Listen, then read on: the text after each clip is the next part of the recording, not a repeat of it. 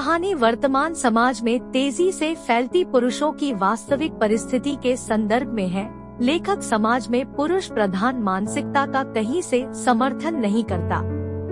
रवि पंडित रामदीन के परिवार में जब आया तो उसकी माँ रत्ना ने ढेर सारी मिठाइयाँ पूरे मोहल्ले में बंटवाए। चूँकि जन्म रविवार को हुआ था, इसलिए पंडित जी ने उसका नाम रवि रखा। 3 बहन सरला, विमला और कमला के बाद रवि का जन्म हुआ था, इसलिए परिवार में उसे कुछ ज्यादा ही इज्जत मिला।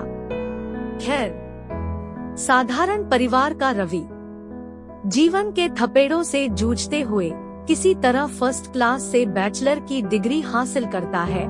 इस दौरान तीनों बहनों की शादी हो गई थी। पिताजी मास्टर से रिटायर होकर घर में पड़े थे।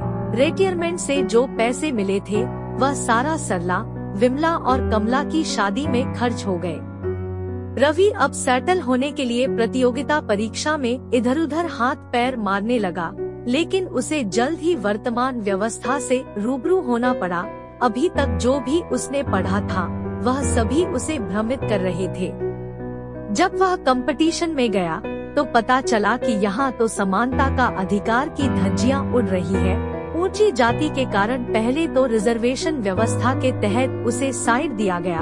उसके बाद लिंग भेदभाव, यानी अगर आप पुरुष हैं तो आपको आरक्षण नहीं मिलेगा। जाति, धर्म और लिंग के आधार पर समाज में खुलकर भेदभाव सरकार ही संविधान के नाम पर कर रही थी। इस व्यवस्था से कुपित होकर वह अपने लिए एक बिजनेस का प्लान बनाया, लेकिन पूंजी के अभाव के कारण उस योजना को ठंडे बस्ते में डालना ही उचित समझा। अपने जीवन को चलाने के लिए वह लोन लेने के लिए जब बैंक गया तो उसे इतने सारे डॉक्यूमेंट्स देने के बावजूद लोन नहीं मिल पाया। इसी बीच रवि की शादी कर दी गई। क्योंकि सेटल होने के चक्कर में उम्र फिसलता जा रहा था, 40 वर्ष की उम्र में उसकी शादी एक आधुनिक इमेच्योर लड़की तान्या से हो गया। जल्द ही रवि को 2 बच्चों का सुख प्राप्त हुआ, लेकिन अब उसे घर चलाना मुश्किल होने लगा।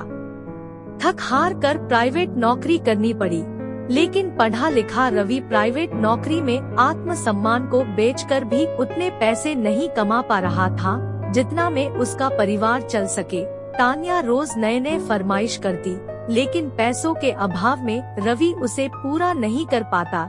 इस कारण तान्या से उसकी रोज बकझक होती।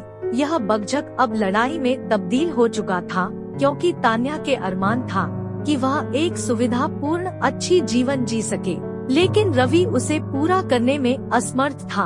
एक दिन तान्या अपने अहंकार में चूर रवि से लड़ाई कर पुलिस बुला लेती है। पुलिस महिला प्रताड़ना का हवाला देकर रवि को जेल में डाल देता है। इस घटना से रवि और तान्या दोनों के बीच संबंध और खराब हो जाते हैं। तकरार इतना बढ़ जाता है कि भोला भाला रवि पर तान्या दहेज का केस कर देती है। रवि के साथ उसके माँ बाप दोनों को पुलिस पकड़ कर ले जाता है। पंडित रामदीन समाज के लोगों के ताने सुनते सुनते एक दिन मर जाता है। पंडित रामदीन के जाने का गम रवि की माँ बर्दाश्त नहीं कर पाती और 1 सप्ताह के अंदर वह भी मर जाती है। एक दिन ऊंचे अरमान वाली तान्या किसी लड़के के साथ भाग जाती है।